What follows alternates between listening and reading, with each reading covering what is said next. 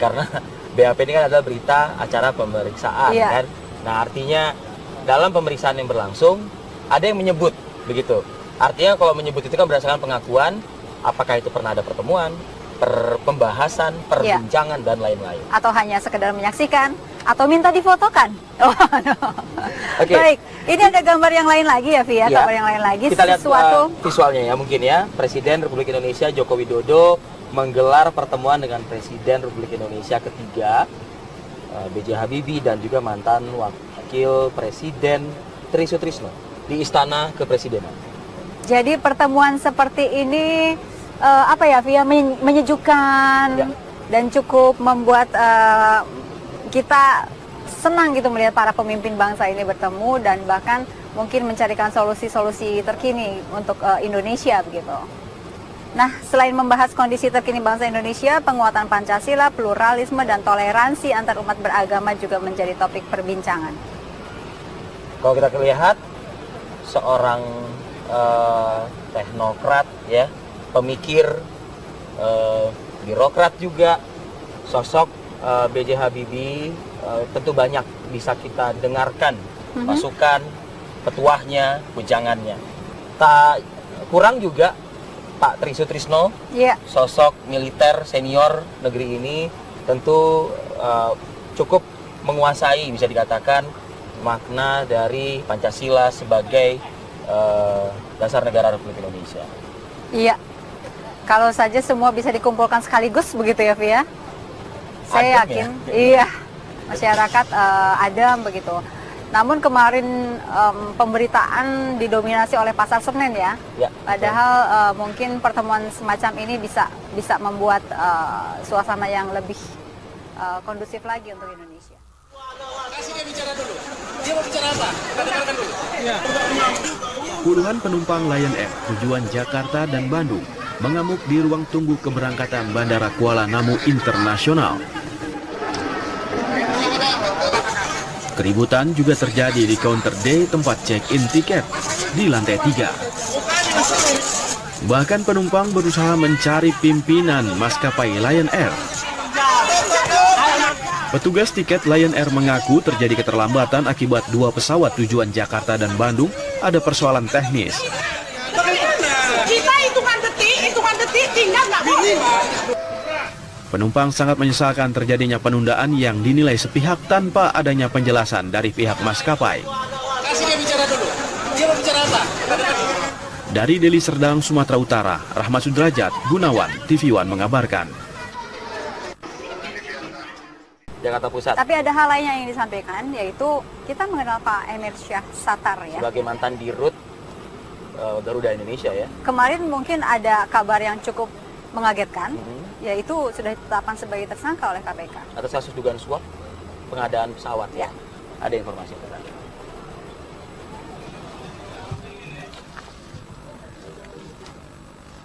Detail dari mantan pucuk pimpinan tertinggi maskapai penerbangan nasional plat merah Garuda Indonesia, Emir Syah Satar, ditetapkan sebagai tersangka oleh Komisi Pemberantasan Korupsi KPK. oleh Pak Ketua tadi, saya ingin membacakan. Emir Syah Satar dan satu orang tersangka lainnya diduga menerima suap dari perusahaan pembuat mesin pesawat terbang Rolls-Royce nilai 20 miliar rupiah. Suap itu diduga untuk mempengaruhi Garuda untuk membeli pesawat dengan mesin buatan mereka, Trent 700. Sebelumnya, KPK juga sudah melakukan penggeledahan di 4 lokasi di Jakarta Selatan dalam kaitan dengan kasus dugaan suap pembelian pesawat.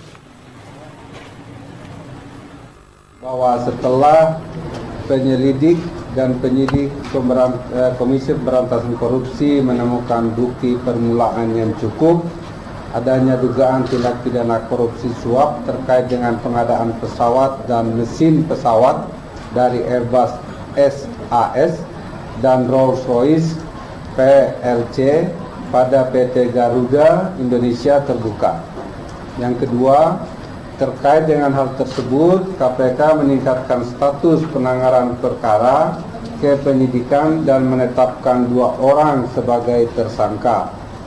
Yang pertama adalah ESA, Direktur Utama PT Garuda Indonesia Persero tahun 2005-2014, dan SS ini beneficial owner dari perusahaan yang bernama Connaught International Party Limited.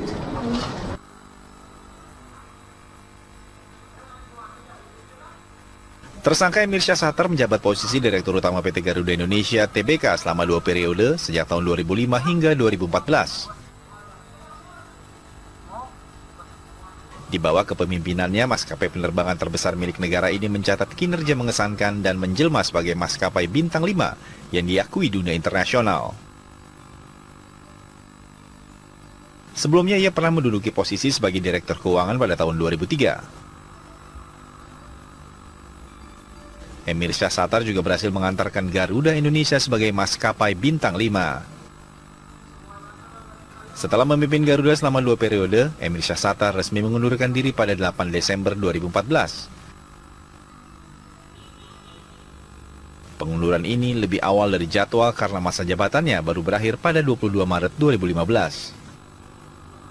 Cukup mengejutkan ya, Via. Ya. Apalagi Pak Emir itu dikenal sebagai salah satu pucuk pimpinan Garuda Indonesia yang membawa Garuda lebih tinggi lagi. Betul, cukup lama ya bergabung dengan Garuda Indonesia tahun 2004-2005. 2005 sampai dengan 2014. Iya, mengundurkan diri ya 2014. Bintang 5, ya beliau lah Ya. yang membuat maskapai Garuda ini tarafnya naik ke bintang 5 Ya. begitu. Kita bangga punya Menjadi BUMN, tapi apapun setara, itu ya, menjadi setara dengan beberapa airlines internasional. Cukup membanggakan. Ya. Tetapi ya disayangkan terjadi hal seperti ini. Walaupun kemudian ini harus dibuktikan. Harus ada pembuktian ya. Nah, ada satu lagi yang cukup mengagetkan. Kita juga mengenal nama Pak Hasto dari PDIP. Ini terkait dengan adanya nama tersebut dan salah satu kader PDI Perjuangan lainnya di dalam BAP. Benarkah itu BAP yang dimiliki oleh KPK? Ya, ini kita bertanya langsung kepada juru bicara KPK, termasuk juga kepada Pak Hasto juga ya, selaku Sekjen PDI Perjuangan. Berikut informasi.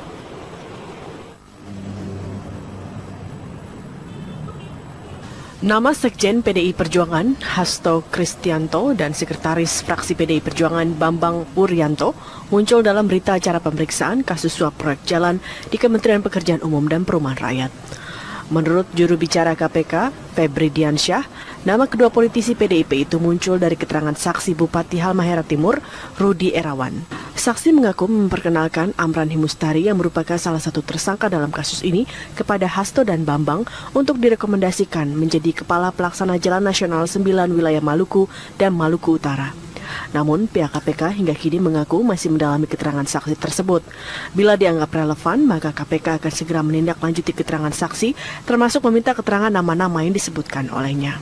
Sekjen PDIP benar ya, Bang? Saya kira kita harus cek terlebih dahulu itu disebutkan di mana, apakah di proses persidangan ataupun di dalam tahap penyidikan atau di tahap apa. Saya kira itu perlu dicek kembali. Ada rencana nggak, Bang, untuk memanggil Sekjen PDIP untuk mengklarifikasi? Saksi-saksi yang kita panggil adalah mereka yang memang relevan dan dibutuhkan di penyidikan ini. Kalau memang ada pihak-pihak baik di partai politik ataupun pihak swasta ataupun pihak birokrasi dalam perkara ini tentu akan kita panggil sebagai saksi. Sementara itu di tempat yang berbeda, Sekjen PDI Perjuangan Hasto Kristianto menegaskan dirinya tak ada kaitannya dengan kasus suap proyek jalan di Kementerian Pekerjaan Umum dan Perumahan Rakyat. Ia mengaku justru mendorong PDIP untuk memecat Damayanti, mantan anggota PDIP yang telah menjadi tersangka dalam kasus ini. Kalau kita lihat dari pernyataan juru bicara KPK sendiri, beliau kan hanya menjawab pertanyaan dari pers dan saat itu tidak menyebut secara langsung. Sehingga kami pastikan bahwa kami tidak ada kaitannya dengan masalah tersebut. Maka sayalah yang mendorong pemecatan dari anggota PDI Perjuangan saat itu, Damayanti, dan saya nyatakan bahwa itu menunjukkan adanya kerusakan mentalitas partai melakukan pemecatan seketika. Kami perkenalkan istilah pemecatan seketika dan kemudian tidak memberikan bantuan hukum, sehingga itu menunjukkan bahwa tidak ada kepentingan sama sekali sehingga kita berani melakukan pemecatan. Dalam kasus korupsi di Kementerian Pekerjaan Umum dan Perumahan Rakyat, KPK telah menetapkan 8 orang tersangka termasuk salah satunya Damayanti Wisnu Putranti, anggota DPR periode 2014 hingga 2019 dari fraksi PDIP. Dari Jakarta, Muhammad Haris, Mira Febrina, TV One mengabarkan.